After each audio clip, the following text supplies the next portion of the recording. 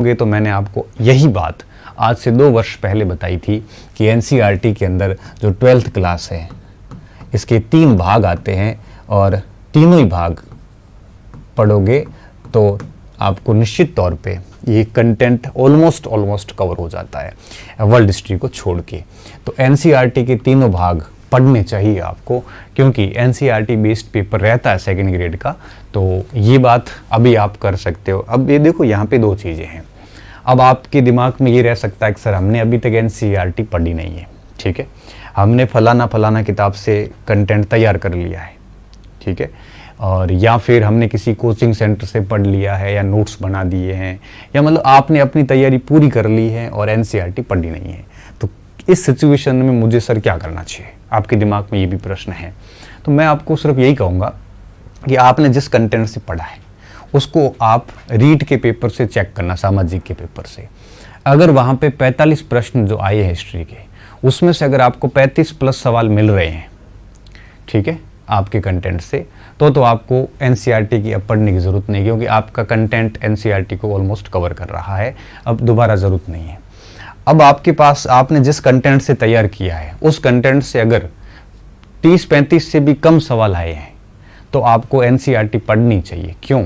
2012 का जो 2nd grade का एसएसटी का पेपर था हमारे वाला, उस पेपर में 18 प्रश्न थे या 19 प्रश्न थे हिस्ट्री के, और मेरे प्यारे विद्यार्थियों पूरे के पूरे सवाल एनसीईआरटी के इन 3 किताबों से आए थे। और उस समय भी बच्चे 10-12 से ज़्यादा सही नहीं कर पाए थे, क्योंकि वो भी अनएक्सपेक्टेड था। तो 2nd ग्रेड के सामाजिक में हिस्ट्री में ज़ोर ज़बरदस्ती रहती है इनकी, और हिस्ट्री लिखी हुई भी बड़ी ज़बरदस्त तरीके से एनसीईआरटी ने। तो एक तो मेरा ये सजेशन है कि अगर आपने जिस कंटेंट से तैयार किया है, चाहे कोचिंग से किया हो, चाहे नोट्स से किया हो, चाहे गाइड से किया हो, आरए से किया हो, किसी से भी किया हो, अगर आपके कंटेंट से रीड का पेपर आपने दिया ही होगा सभी ने, आप देख लेना 45 में से कितने प्रश्न आए हैं। मैं ये मान रहा हूँ कि अगर 35 से प्लस प्रश्न कवर कर गया है आपका कंटेंट, तो आपको अभी एनसीईआरटी देखने की ज़रूरत नहीं है। अगर नहीं किया है तो मैं मानता हूँ कि आपको देखनी चाहिए, क्योंकि आखिर में बात 40 अंकों की है, ठीक है, 3 किताबें हैं, ज़्यादा नहीं है। फिर आपके दिमाग में ये भी आ सकता है क्या सर हमें 6ठी, 7वीं, 8वीं, 9वीं, 10वीं, 11वीं का क्या करना है। देखो 11वीं में वर्ल्ड हिस्ट्री है, काम की नहीं है, देखने की ज़रूरत नहीं है, और 10वीं की काम की नहीं है, 9th में भी काम की नहीं है, ठीक है, थोड़ा सा ये है अमेरिका की क्रांति वगैरह, बाकी है नहीं। 6ठी, 7वीं, 8वीं देखो तो ठीक है, नहीं तो मेरे हिसाब से ज़रूरत नहीं पड़ेगी, ये पर्याप्त है। अब एक दिमाग में आपके ये भी प्रश्न आएगा कि सर मैंने सिर्फ और सिर्फ एनसीईआरटी की है, क्या मुझे और कुछ करने की भी ज़रूरत पड़ेगी या नहीं पड़ेगी। देखो प्रश्न आपके दिमाग में बहुत होते हैं। तो मैं यही कहूँगा कि अगर आपने एनसीईआरटी बहुत बढ़िया तरीके से कर लिया है, ठीक है, और इसके अलावा आपने कुछ भी नहीं किया है, तो मैं थोड़ा सा आपको एक सजेशन ज़रूर दूंगा कि एक आपको इन कोई पुस्तक ज़रूर साथ में रखें, क्योंकि एनसीईआरटी में कई सारे, जैसे आप आर्य रख सकते हो, आप है ना, कोई भी जैसे नीरज पांडे की किताब आती है वो रख सकते हो, आप ज्ञान प्रकाशन की एक समग्र इतिहास आती है वो रख सकते हो, आप कोई भी गाइड ले सकते हो, जैसे अवनी की गाइड आती है एक, अभी मेरे प्रिय विद्यार्थी कहो या शिष्य कहो, दोस्त कहो, राम अवतार ने लिखी, अडीग ने लिखी है, अच्छी लिखी है किताब, मैंने देखा उसको, और वो पढ़ सकते हो। या पवन जी की किताब मेरे हिसाब से इस मामले में भी जारी हुई है, हिस्ट्री की किताब, तो उनमें से कोई भी एक किताब लेके आप, अब आर्य, नीरज और इन लोगों का तो क्या पूरी हिस्ट्री है, और ये 2 जो पुस्तकें हैं ना, ये 2 पुस्तकें और स्पेशली हिस्ट्री को कवर कर रही है कंप्लीट को। तो मेरा ये मानना है कि एनसीईआरटी, केवल एनसीईआरटी पढ़ा है, बाकी कुछ नहीं पढ़ा है, तो कम से कम इन दोनों में से कोई एक गाइड जो है, जो particular 2nd grade 2nd paper सामाजिक के हिस्ट्री की भाग की आती है, वो आपको लेके देख लेनी चाहिए, ताकि एनसीईआरटी और ये दोनों हो जाएंगे ना, तो फिर पूरे सवाल हमारे को आपके कंटेंट में से मिल जाएंगे, ठीक है, ये किया जा सकता है, ठीक है। एक सवाल और भी हम इसमें तलाशेंगे कि नोट्स बनाने चाहिए कि नहीं बनाने चाहिए। नोट्स का क्या करना है, बनाना या नहीं बनाना, ये भी मैं आपको साथ साथ में बताता रहूँगा, ठीक है। तो अगर आप ये अवनी और पवन जी, जहाँ तक मेरी जानकारी है इन दोनों ने जारी कर दी है, और नहीं करी तो अभी कर लेंगे जो भी है, तो इन दोनों में से आप एक आधी किताब लाना, दोनों मत लाना, और एनसीईआरटी को आप कर लेना, ठीक है। और इसमें से फिर आपको इन दोनों पुस्तकों में ये वर्ल्ड हिस्ट्री के टॉपिक भी आपको मिल जाएंगे, तो फिर एक्स्ट्रा करने की आवश्यकता नहीं है। ठीक है, एक तो बात ये हो गई। अब आप कहोगे अगर सर नहीं आई है कहाँ से मिलेगी, तो ये प्रश्न मेरे से मत करना, अगर आई है तो कर लेना, नहीं तो मैंने और भी कई सारे विकल्प दे रखे हैं। ठीक है, ये तो बात हो गई इसकी हिस्ट्री की। और हिस्ट्री के अंदर भी मैं बात करूँ ना कि किस में कितने सवाल आते हैं, तो देखिए विद्यार्थियों हर भाग में बराबर सवाल आते हैं। ठीक है, सिंधु घाटी का भी एक सवाल आएगा, वैदिक का भी आएगा, है ना, सब में आएंगे। अच्छा, एक चीज़ और भी रहती है, आप कहोगे सर वैदिक में केवल समाज और धर्म ही देखना, बाकी नहीं देखना क्या? बाकी भी देखना पड़ेगा, और स्पेशली साहित्य तो देखना ही पड़ेगा, क्योंकि पिछले जितने भी पेपर देखोगे ना सिलेबस सेम ही था, लेकिन साहित्य से हर बार सवाल आया है। ठीक है, इस तरह से आप एनसीईआरटी बढ़िया देख लेना, और बाकी इन दोनों में से कोई एक पोर्शन देख लेना। ये तभी करना जब आपने हिस्ट्री को बिल्कुल भी नहीं देखा है, तो आपने किसी कंटेंट से ऑलरेडी देख रखी है कोचिंग, जैसे मेरे कई स्टूडेंट हैं मेरे से हिस्ट्री पढ़ी है, मैं तो उनको यही कहूँगा कि कुछ मत देखो, आप अपना कंटेंट है वही पढ़ लो, बस पर्याप्त है। लेकिन मेरे वाला कंटेंट नहीं देखा है तो कोई बात नहीं, आपने किसी और से देखा तो वो आप चेक कर लेना, मेरी बात को आप समझ गए होंगे। ठीक है, ये तो होगी बात हिस्ट्री की। अब बात है आपकी ज्योग्राफी की। ज्योग्राफी में देखो विद्यार्थियों 3 पार्ट है।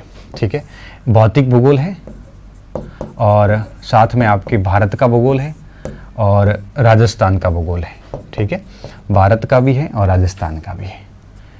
और अब देखो इसमें आपको क्या करना है, तीनों में लगभग 6 सवाल तीनों ही आ जाते हैं। 6 प्रश्न भौतिक भूगोल के, 6 प्रश्न भारत के, 6 राजस्थान के, अप डाउन 1-2 नंबर होते रहते हैं, बाकी इतना आएगा।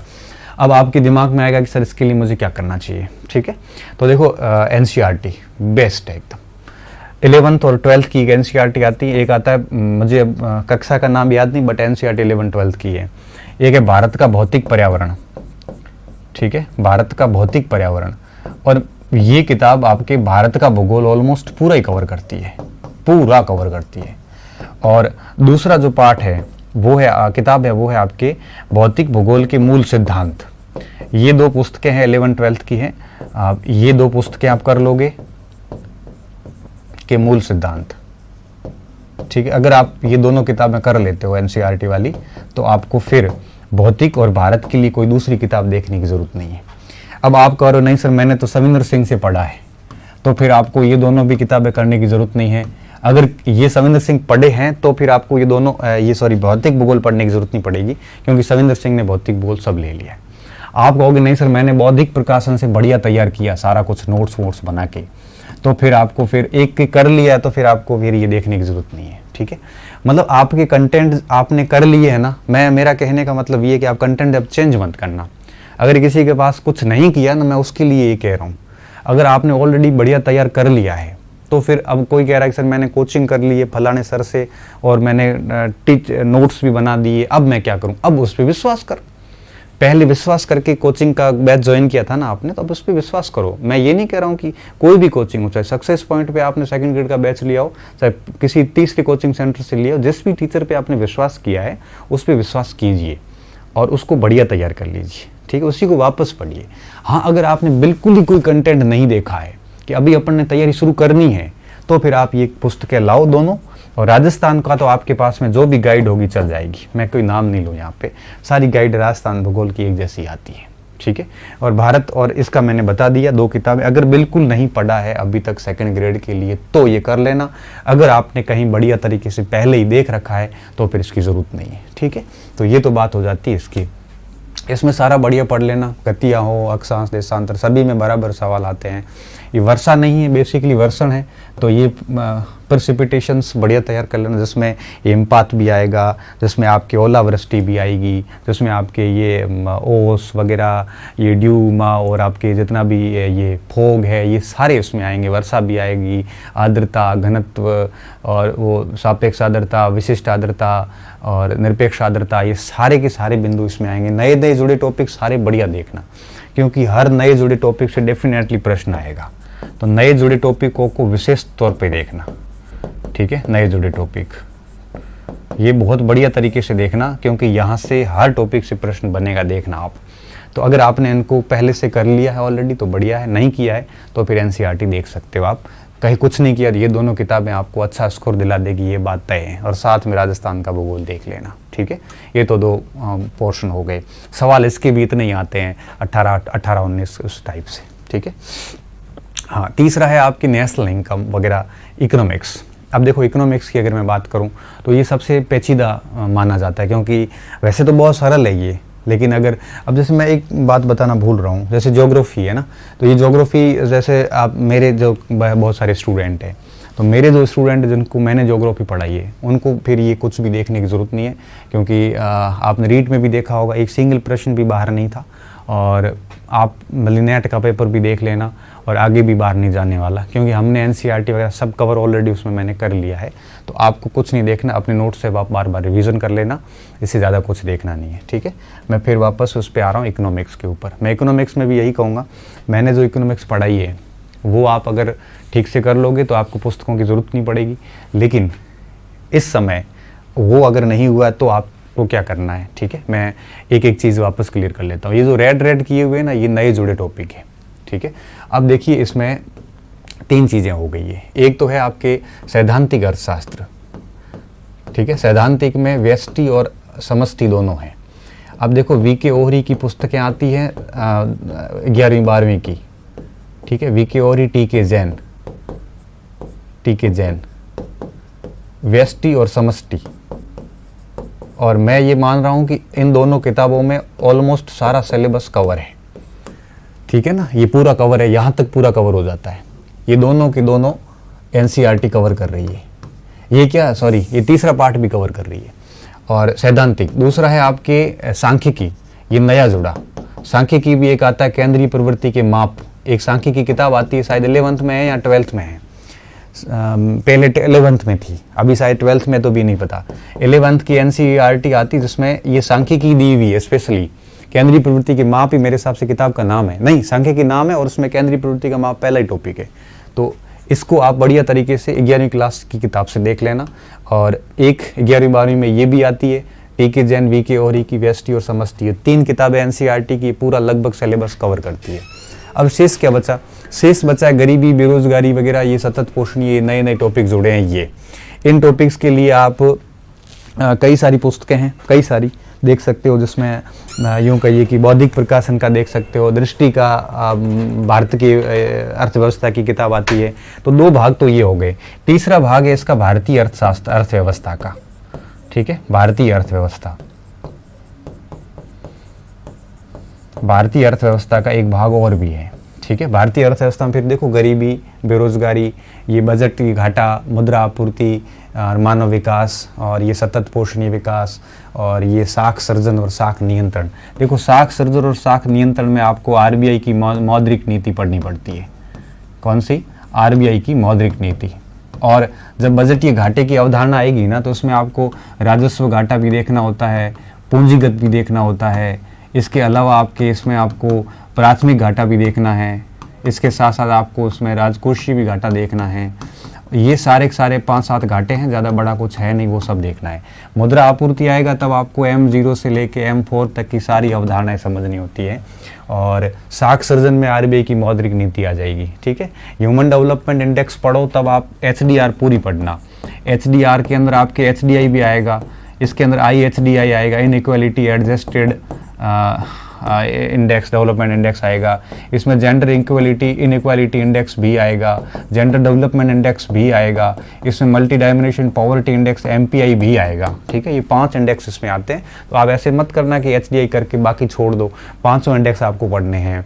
PQLI physical quality life index है, जो ऑलमोस्ट बंद हो चुका है, तो उसको भी थोड़ा देख लेना, ठीक है। सतत पोषणीय विकास में आपको पूरा का पूरा सस्टेनेबल डेवलपमेंट जितना भी, जिसमें रोम क्लब हो, चाहे वो आपके ब्रिटलैंड की रिपोर्ट हो, चाहे वो आपके पृथ्वी सम्मेलन हो, चाहे एजेंडा 21 हो, चाहे आपके SDG गोल हो, MDG गोल हो, ये सारे के सारे आपको अच्छे से देखने हैं सतत पोषणीय विकास में। ग्रीन अकाउंटिंग ये अच्छे से देखनी है, क्योंकि ग्रीन अकाउंटिंग वो धारणा है जिसमें राष्ट्रीय आय को प्राप्त करने के लिए पर्यावरण के कितने संसाधनों का क्षय हुआ, उसकी राशि को घटाने का ये पूरा जो सिस्टम है, ऐसे ग्रीन अकाउंटिंग कहते हैं। नीति आयोग अच्छे से देख लेना, इसका स्ट्रक्चर देखना, इसकी स्थापना कैसे भी देखना, और इसके कार्य देख लेना। ये सारी चीज़ें आप इसमें कर सकते हो, ठीक है। ये तीनों चीज़ें हैं। तो ये एनसीईआरटी को लगभग एनसीईआरटी पूरा कवर कर रहा, परंतु एक समस्या है है। समस्या ये है कि एनसीईआरटी करंट अपडेटेड नहीं है, लेकिन ये जो गरीबी, बेरोजगारी, मानव विकास, सतत पोषण, ये सारे करंट रिलेटेड आंकड़े हैं। तो स्टार्टिंग का तो मामला ठीक है, लेकिन नीचे का जो मैटर है ये सारा का सारा करंट से बाहर हो जाता है। तो मैं आपको एक पर्सनल सजेशन ये दूंगा कि आप किसी शिक्षक से पढ़ लो इकोनॉमिक्स, ठीक है, ये बेस्ट होगा। और मेरे से पढ़ सकते हो, सक्सेस पॉइंट पे मैंने मेरा इकोनॉमिक्स का बैच, आप इसको प्रमोशन मत मानना, मैं एक आपकी इच्छा हो तो ही पढ़ लेना, क्योंकि मैंने इसको राष्ट्रीय आय से लेके नीति आयोग तक पूरा पढ़ाया हुआ है। राष्ट्रीय आय से ये तो खैर मैंने नहीं पढ़ा, ये मेरे दूसरी फैकल्टी ने पढ़ाया, बट पढ़ाया हुआ सारा ही है, ठीक है। इसको आप ठीक तरीके से कर सकते हो, या किसी और शिक्षक से भी इकोनॉमिक्स पढ़ सकते हो, क्योंकि ये बहुत ज़्यादा नहीं, जैसे जैसे मांग, पूर्ति, लोच, उपभोक्ता संतुलन, उपभोक्ता फलन, ये ऐसे टॉपिक है जो बहुत ही केंद्रीय टॉपिक है इकोनॉमिक्स के अंदर, और ये थोड़ा सा अगर शिक्षक से समझ जाते हैं ना तो फिर हमारे लिए थोड़ा आसान हो जाता है। तो इस जगह पे मैं आपको गाइड लेने के लिए स्पष्ट मना करूंगा, गलती से भी गाइड मत पढ़ना। हाँ, अगर आपने कोचिंग करके नोट्स बनाए हैं तो प्रॉपर है, लेकिन आप किसी के नोट्स ला के समझ नहीं सकते।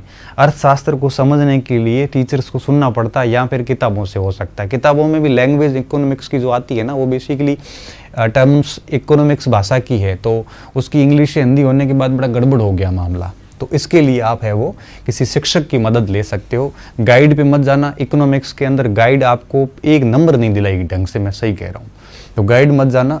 ये 3 किताबें तो आपको रखनी ही है पास में, ठीक है। और इंडियन इकोनॉमी की कोई भी किताब, चाहे वो आप दृष्टि पढ़ो, चाहे बौद्धिक प्रकाशन पढ़ो, है ना, इनमें देख लेना, थोड़ा करंट अपडेटेड हो जाना। ये तो है पर्सनल आपके लिए, सेल्फ स्टडी के लिए। अगर टीचर से पढ़ते हो तो फिर मेरे हिसाब से इसकी किसी की ज़रूरत नहीं है, शिक्षक से पढ़ लेना, ये पर्याप्त हो जाएगा। अर्थशास्त्र ऐसा विषय है जहाँ पूरे भी लाए जा सकते हैं और फेल भी हो सकते हो, क्योंकि यहाँ पे 18 सवाल आते हैं, सारे सही हो सकते हैं, और अगर थोड़ी सी गलती करी तो इसमें से एक भी सही नहीं होगा। बट बहुत सरल पेपर आता है, जैसे M0, M1, M4 का एक सवाल पक्का आता है, एक घाटे का आता है, कौन सा कथन सही नहीं है। नीति आयोग का एक आधा सवाल आएगा, एक मानव विकास सूचकांक के कथन आ जाएंगे, एक ब्रिक्स में भारत का कहाँ स्थान है वगैरह वगैरह, एक आधा गरीबी बेरोजगारी से आ जाता है, बाकी पूरा पेपर ऊपर से आता है, ठीक है। तो मेरा ये सजेशन है आपको, और अपन पढ़ रखा है तो बढ़िया बात है, नहीं पढ़ा है तो अभी भी आप किसी शिक्षक से इसको पर्टिकुलर, देखो सामाजिक जैसे बड़े विषयों में पूरी कोचिंग करना ठीक नहीं होता। क्यों नहीं होता? क्योंकि 8 सब्जेक्ट को अगर एक सब्जेक्ट 70-80 वीडियोस भी लेता है ना, तो 8 सब्जेक्ट लगभग 700 से 800 वीडियो लेता है। ये मास्टर की गलती नहीं है, क्वालिटी के साथ कॉम्प्रोमाइज़ कोई करना नहीं चाहता। तो 800 वीडियोस आप देख नहीं पाओगे आगे 4-5 महीने में। तो बेहतर ये है कि अभी आपको क्या करना चाहिए, जो सैद्धांतिक विषय है जो आपने नहीं पढ़े हैं उनका पर्टिकुलर सेगमेंट खरीदना चाहिए, और वो खरीद के वो पढ़ लेना चाहिए। जैसे आपका हिस्ट्री ठीक है, ज्योग्राफी अच्छा है, पॉलिटी अच्छा है, तो फिर उनका कोर्स मत खरीदना आप।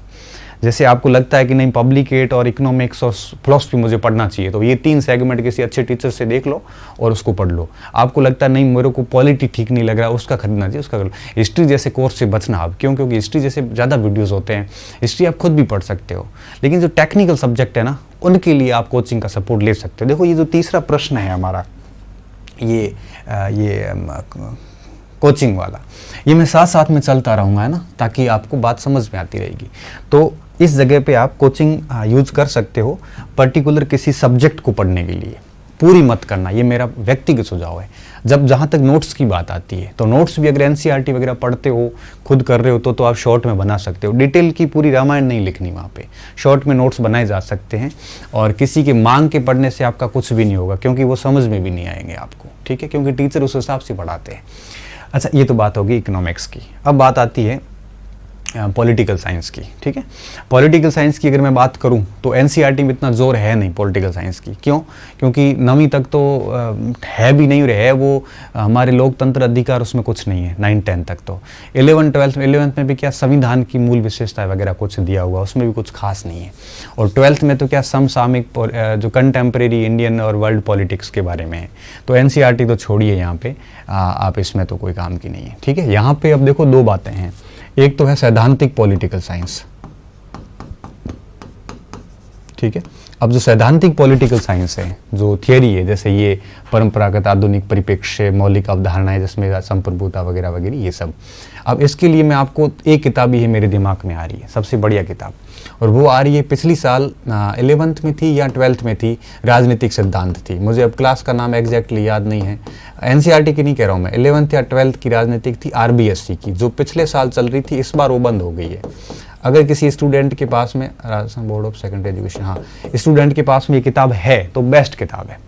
दूसरी एक किताब और आती है इसकी आधुनिक की, फड़िया साहब की आती है, वो भी पढ़ सकते हो आप, और भी सिद्धांतिक पुस्तकें खूब आती हैं, कोई भी किताब देख सकते हो आप।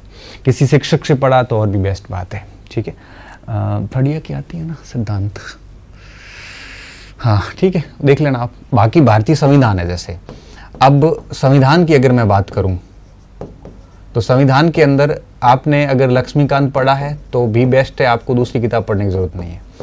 अगर आपने बौद्धिक प्रकाशन पढ़ा है तो मेरे हिसाब से वो भी किताब आपको दूसरी पढ़ने की जरूरत नहीं है, जो भी एक है लेके पढ़ सकते हो, ये यहाँ तक पूरा उसमें आ जाएगा, ठीक है। और यूएनओ तो आपको हिस्ट्री में मिल जाएगा, अलग से देखने की जरूरत नहीं पड़ेगी, वर्ल्ड हिस्ट्री के अंदर ही मिल जाएगा। फिर विदेश नीति और वगैरह वगैरह ये सिद्धांत आते हैं। अब भारतीय विदेश नीति के लिए अलग से तो क्या किताब पढ़ोगे, आपके मार्केट से कोई भी छोटी मोटी एक गाइड ले लेना पॉलिटिकल साइंस की, और उससे भी देख सकते हो। हाँ, ये चीज़ें गाइड से भी देखी जा सकती हैं, सिद्धांत और ये सब, तो एक कोई छोटी मोटी गाइड देख लेना। अब कौन सी देखनी है वो आप देख लेना अपने स्तर पे, क्योंकि मार्केट में मुझे गाइड है तो फिर एक सब एक जैसी है, गाइड है तो फिर वो सब एक जैसी है, ठीक है। कोई भी नाम लेना, किसी को कमतर का बताना, यह मैं नहीं कर सकता, तो ये आप देख लेना। विदेश नीति के लिए मैंने एक बार राजेश मिश्रा की किताब देखी थी, बट वो बहुत बड़ी किताब है और अब इतना टाइम नहीं है कि हम उस राजेश मिश्रा को पढ़ सकें। ये टाइम गया, 2020 में लाके पढ़ते थे तो ठीक था, लेकिन अब थोड़ा सा दिक्कत है। तो मेरे हिसाब से एक गाइड ले लेना, कोई भी गाइड लेके उसमें गाइड में से ये टॉपिक है या ये टॉपिक है या ये छोटे छोटे टॉपिक जितने भी हैं ये देख सकते हो, ठीक है। बाकी तो सारे के सारे आप है वो लक्ष्मीकांत या बौद्धिक प्रकाशन से देख सकते हो। एनसीईआरटी से अगर आपने देखा है तो ठीक है, एनसीईआरटी से मेरे हिसाब से इतना उसमें दम नहीं है, ठीक है। एनसीईआरटी पॉलिटिकल साइंस की इतनी अच्छी नहीं है। एनसीईआरटी इकोनॉमिक्स, ज्योग्राफी और हिस्ट्री, इन तीनों के एनसीईआरटी बहुत बढ़िया है। बाकी एनसीईआरटी में इतना नहीं है जितना अपन सोच के बैठे हैं, तो ये किया जा सकता है। इसमें भी प्रश्न बहुत अच्छे आते हैं। सिद्धांतों को बार बार रिवीजन करो, क्योंकि सैद्धांतिक भाग जो है ना, ये नंबर बहुत अच्छे दिलाता है। हम क्या करते हैं, बार बार आके विदेश नीति और ये चीज़ें अच्छी पढ़ के चले जाते हैं और ये सिद्धांत छोड़ देते हैं, जहाँ की जबकि सिद्धांतों में अच्छा स्कोर किया जा सकता है।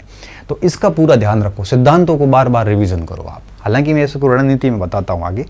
ये तो पॉलिटिकल की बात हो गई, ये है सोशियोलॉजी की बात। सोशियोलॉजी के लिए अब अलग से किताबें लाने की जरूरत नहीं है, ठीक है। इसके लिए आप गाइड ला सकते हो। पिछली बार सुगम बहुत अच्छी चली थी, ठीक है, सुगम बहुत अच्छी चली थी, और इस बार मैंने अब समाजशास्त्र की कोई नई गाइड देखी नहीं, और अवनी की भी ये गाइड आ रही है, ठीक आ रही है।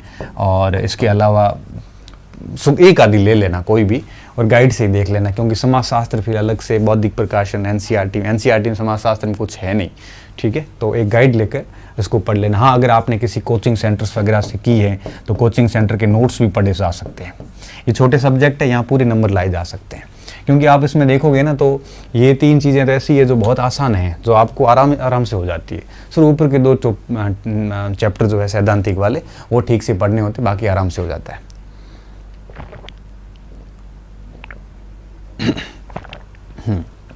तो समाजशास्त्र का आप किसी गाइड से देख लेना। अभी किताबें पढ़ने जितना समय बचा नहीं है हमारे पास में। और हालांकि मैंने पुराना जो वीडियो बनाया था उसमें तो मैंने बुक्स भी बताई थी, बट अभी किताब हम पढ़ नहीं पाएंगे इसकी। तो ये कोई भी गाइड सुगम वगैरह की, या फिर और भी कोई मार्केट में आपको लग रहा है कि ठीक गाइड है, तो मैं बताता हूँ, गाइडें सारी एक जैसी है, कोई भी लेके आओ आप। तो ये बात होगी इसमें समाजशास्त्र में। लोक प्रशासन, ठीक है, लोक प्रशासन इसमें काफ़ी कुछ नया भी जुड़ा हुआ है। तो लोक प्रशासन में अब मैं जैसे कोई किताब बताऊंगा ना जैसे, तो वो बहुत बड़ी पड़ जाएगी, बहुत बड़ी पड़ जाएगी। तो एक तो आप इसकी लोक प्रशासन की भी गाइड ले लेना, ठीक है, और उसमें आप सुगम को फॉलो कर सकते हो। और साथ में नहीं आप कहोगे नहीं मुझे सर ये पूरे के पूरे ये टॉपिक जो है, ये तीनों टॉपिक, तो इसके लिए आप अलग से अवस्थी एंड माहेश्वरी पढ़ सकते हो, माहेश्वरी पढ़ सकते हो, या आप फड़िया की पढ़ सकते हो। भारतीय प्रशासन, एक प्रशासन की किताब भी आती है, ये ठीक है, फड़िया तो बहुत बड़ी किताब हो जाएगी। तो दोनों में से जो भी कोई किताब है, मैं यही कहूँगा कि ये किताब लेके और आप ये 3 टॉपिक है ना स्टार्टिंग के, ये इनसे पढ़ सकते हो। बाकी की जो ये 2 टॉपिक हैं ये उस गाइड से देख लो आप, ठीक है, ये किया जा सकता है। और आपको लगता है कि नहीं मेरे गाइड से सब ठीक हो रहा है, तो गाइड से पूरा ही पढ़ सकते हो, ऐसा कुछ भी नहीं है, क्योंकि गाइड से पढ़ोगे ना तो भी आप 80% तक का स्कोर वैसे कर लोगे, ठीक है। तो किताब तो ऑप्शनल है कि चूँकि मैं खुद बुक्स पे बहुत विश्वास करता हूँ इसलिए बता देता हूँ। कई बार तो बच्चे ये कहते हैं सर इतनी किताब बताती कि IAS थोड़ी बनाना हमारे को। अब हम कर भी क्या सकते हैं, 8 सब्जेक्ट दे दिए, 8 सब्जेक्ट के लिए 8-10 किताबें तो सामान्य हो ही जाती है।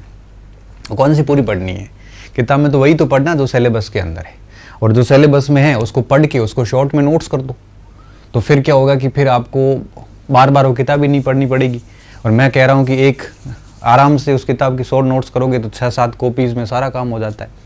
हम मेहनत तो करना नहीं चाहते, हम किताबों के नंबर ऑफ बुक्स है वो देख देख के कहते हैं इतनी सारी किताबें होगी। किताब पूरी कौन पढ़ता है, किताब के अंदर सिलेबस के अंदर जो भी हमारा सिलेबस है वो हमें देखना है। अब आप कहोगे सर इस समय तो नोट्स बनाने का टाइम भी नहीं है, तो आप चेते ही लेट हो तो अब उसमें मेरी क्या गलती। मैंने तो 2020 में ये किताब बता दी थी आपको। अब उस समय कोई एक्टिव हुआ था तो निश्चित तौर पे उसने ये सब काम कर लिया होगा। अब एक बच्चा 25 महीने तैयारी करता है, 24-25 महीने से तैयारी कर रहा है, एक 4 महीने से कर रहा है, आपको मसाला 4 महीने में सिलेक्शन चाहिए और काम करना नहीं है तो फिर तो कैसे होगा। इसलिए फिर हम हमारा फर्ज निभा रहे हैं। गाइड का नाम इसलिए ले रहा हूँ, बाकी मैं तो गाइड के धुर विरोधी, में ज़िंदगी में कोई गाइड नहीं पढ़ी, लेकिन बताना इसलिए पड़ता है कि 4 महीनों में अब गाइड ही ऑप्शन रहता है, क्योंकि फिर आप किताबें लेके पढ़ के शॉर्ट नोट्स करके नहीं कर सकते, क्योंकि किताब को 4 बार नहीं पढ़ते हैं ना तब तक किताब रिजल्ट नहीं दे पाती। ये लोक प्रशासन की बात हो गई, ठीक है।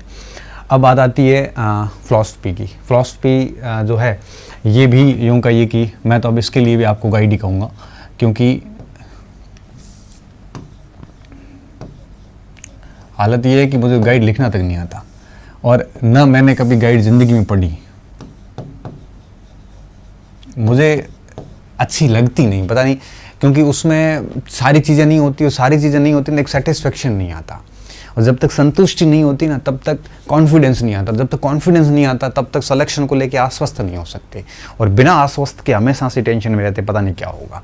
तो गाइड ले लेना एक। और अगर आप गाइड में आजकल मार्केट में वही 2 चल रही है, एक तो सुगम चल रही थी पहले से ही जो ठीक चल रही है, और एक अवनी की नई अभी गाइड है, अच्छी लिखी है, एक दर्शन शास्त्र की अच्छी गाइड आई है मेरे को, मैंने देखी भी थी उसको। तो एक कोई भी गाइड ले लेना। बाकी अब दत्त चटर्जी वगैरह ये लोगे तो वेद प्रकाश वर्मा, ये किताबों का अब टाइम नहीं रहा, ठीक है। ये किताबें मैंने बताई थी आपको उसमें जब मैंने पिछला वीडियो बनाया था 2020 के अंदर, तो ये सारी बुक्स बताई थी, बट उस समय पढ़ने का टाइम था, अभी नहीं है। अभी आप कोई भी सुगम अवनी की कोई भी गाइड लेके एक आधी गाइड लेना और उसको ठीक तरीके से पढ़ लेना। अवनी का अच्छा है इस बार, है ना। दर्शन शास्त्र यही ले लेना आप, और सुगम का दर्शन शास्त्र ठीक है, अवनी का ले लेना। दर्शन शास्त्र और लोक प्रशासन और समाज शास्त्र, इसकी तो 3 की गाइड ले लेना आप, ठीक है। पॉलिटी ले सकते हो, पॉलिटी लेना, बाकी हिस्ट्री, ज्योग्राफी, इकोनॉमिक्स का मैंने बता दिया। अब बात आती है अंत में इसकी टीचिंग मेथड की। ये तो बेसिक गाइड से ही पढ़ना पड़ेगा, अभी किताबें पढ़ने का समय नहीं है, और कोई भी गाइड पढ़ लेना।